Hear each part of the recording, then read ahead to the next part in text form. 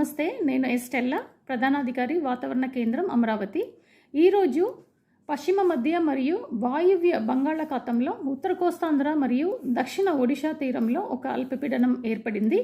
ఇది రాబోయే 24 గంటల్లో వాయుగుండంగా బలపడి ఆగస్టు 19 తారీఖు ఉదయం ఉత్తర కోస్తాంధ్ర మరియు దక్షిణ ఒడిషా ప్రాంతంలో తీరం దాటే అవకాశం ఉంటుంది.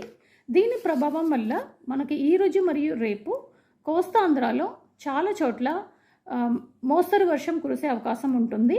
అలాగే రాయలసీమలో కూడా చాలా చోట్ల ఈరోజు మరియు రేపు మనకి తేలికపాటి నుండి మోస్తరు వర్షం కురిసే అవకాశం ఉంటుంది.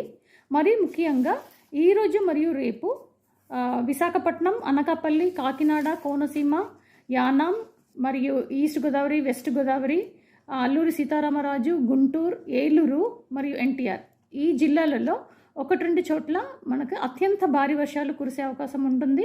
మరియు మిగతా చోట్ల అంటే శ్రీకాకుళం, పార్వతీపురం మన్యం మరియు బాపట్ల, ప్రకాశం, పల్నాడు, నంద్యాల్ ఈ జిల్లాలలో 1-2 చోట్ల భారీ నుండి అతి భారీ వర్షం కురిసే అవకాశం ఉంటుంది.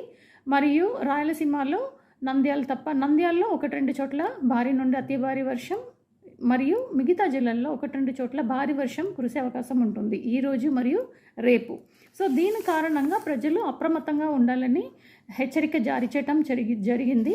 అదేవిధంగా గంటకి గాలులు 50 నుండి 60 కిలోమీటర్ వేగంతో వీచుతాయి.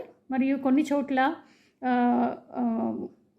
ఉరుములు మెరుపులు కూడా ఉంటాయి. సో దీనివల్ల ప్రజలు కూడా తగిన జాగ్రత్త తీసుకోవాలి, బయట వెళ్ళటం అవాయిడ్ చేయాలి. ఎందుకంటే ఆల్రెడీ వరదలు అక్కడక్కడ ఉంటాయి మరియు అత్యంత భారీ వర్షాలు కూడా జారీ చేయటం జరిగింది.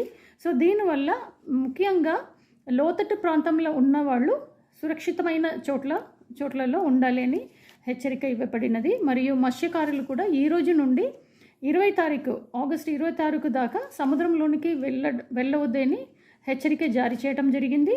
అదేవిధంగా రైతులు కూడా తగిన జాగ్రత్తలు తీసుకోవాలి అని హెచ్చరిక జారీ చేయడం జరిగింది. Thank you.